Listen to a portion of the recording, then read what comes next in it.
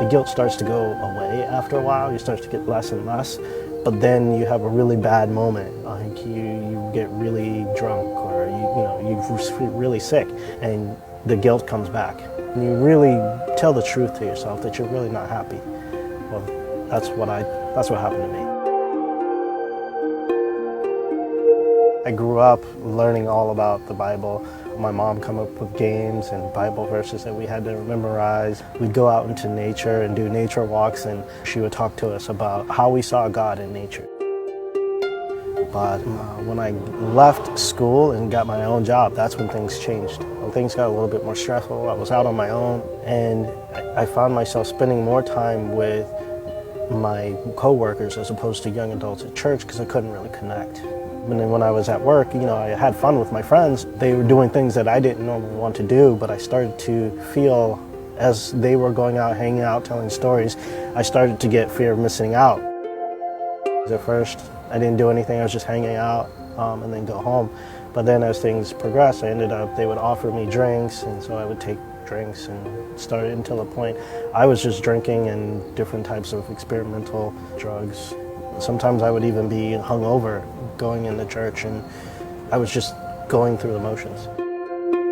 And I realized I'd hit rock bottom at that point, so I said, you know what, I'm going to cut back. I'm not going to do what I was doing before.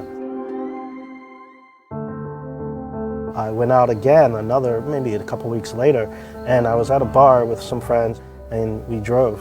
We, of course, being me, we started to race a little bit. And then I was like, all right, this isn't a good idea. Let's slow it down.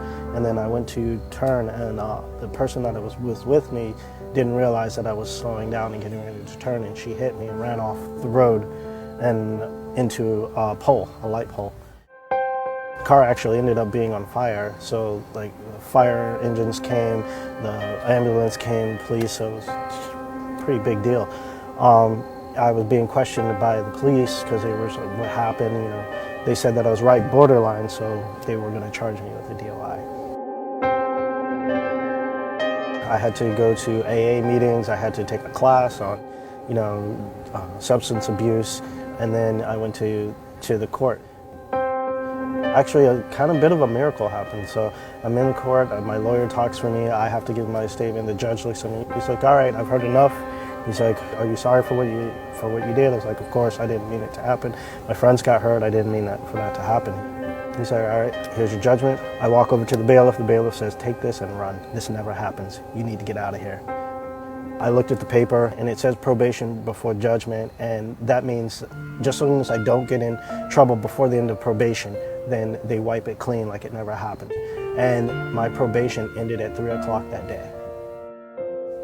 When you have your slate wiped clean, it was like a sign from God, like, hey, I'm involved in your life, and he says, I make all things new. And so I just stopped, hanging out, changed my friends. I realized that, unless I had some backup, I wasn't going to make it. I prayed to God. I was like, God, if this is the place you want me to be, you're going to have to give me some help, because I'm not going to make it if I don't have any friends or someone to back me up.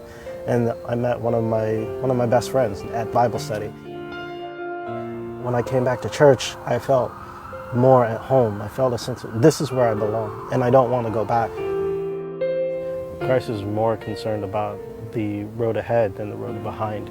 He wants to know what you're going to do for him as opposed to what you've done in your past.